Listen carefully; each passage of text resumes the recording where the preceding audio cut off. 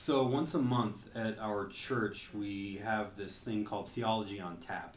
It's where we invite the church members to come and discuss a contemporary issue and see if theology might have something to say about it. So it's in a way to help understand how theology is practical to our everyday lives. Yesterday we had one of our classes and it was on the economy, and we invited Raven founder Keith Ross to come and discuss a little bit about the economic situation and capitalism. And it went really well, so we decided that Keith and I would do a little talk about theology and the economic situation. So, Keith. Thank you, Adam. It's a pleasure to have an opportunity to share some thoughts. Before we jump into the current economy, I wanted to share some of my ideas about capitalism in general, why people are such big advocates. I'm been involved in the markets for my whole career and had some time to think about it during good days and bad days. But to me, the essence of capitalism is that it is a mechanism which is unparalleled in its ability to allow the market to help create goods and services and allocate resources. So the pricing mechanism that capitalism allows in terms of the markets deciding the value of various goods and services allows for a wonderful opportunity for entrepreneurs to create new and innovative products, for efficiencies to be created, to have an opportunity to make more money in any given process, and for growth, both through innovation and through extra hard work. People given the incentive of earning more, being able to enjoy the things they want out of life. So at a philosophical level, capitalism is very impressive as a mechanism to allow people to express their desires and their needs for various goods and services. One of the issues, the faults of capitalism, is there's no economic incentive for compassion or kindness, or you could argue even any moral behavior. So the incentive structure of capitalism is to do more, exploit more, get more, make more, and on the way, if you have to step on toes or take advantage of your competitor, there's no natural incentive in the process for one to say, wait a minute, maybe this isn't good for my competitor, maybe I should be compassionate. I've argued with others that part of the reason government taxes business and taxes people with their creativity and their production is that this allows for a redistribution.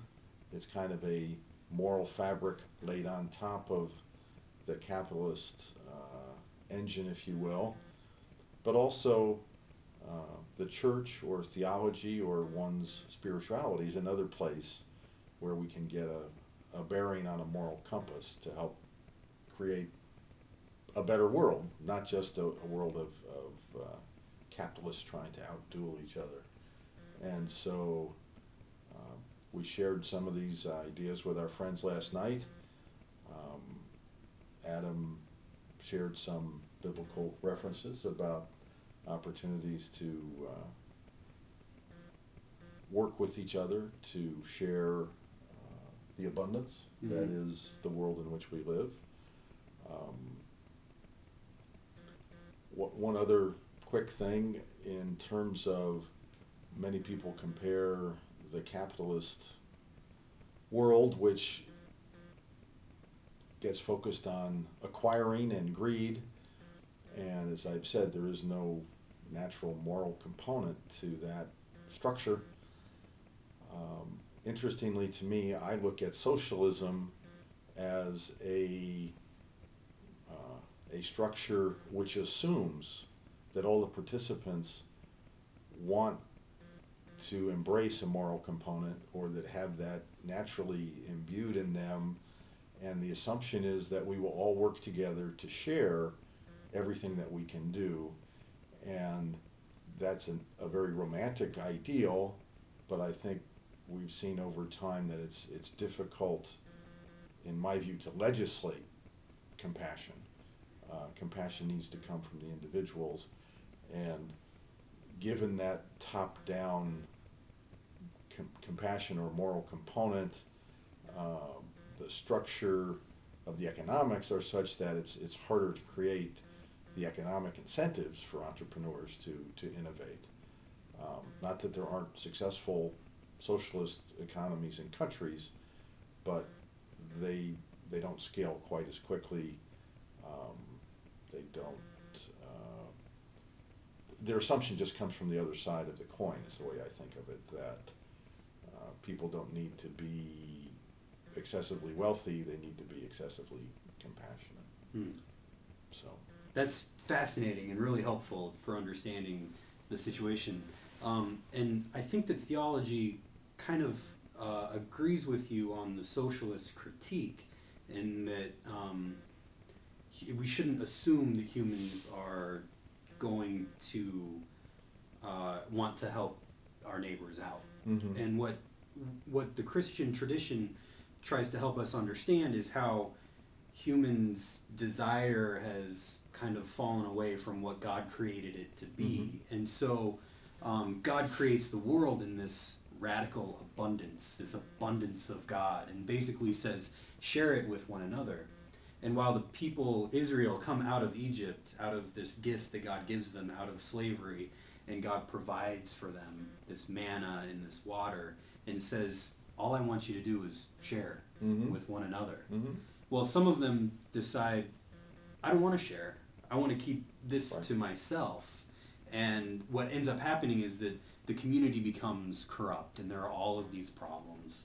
And so what God is trying to do is direct human desire to basically share with one another out of the abundance that God has given.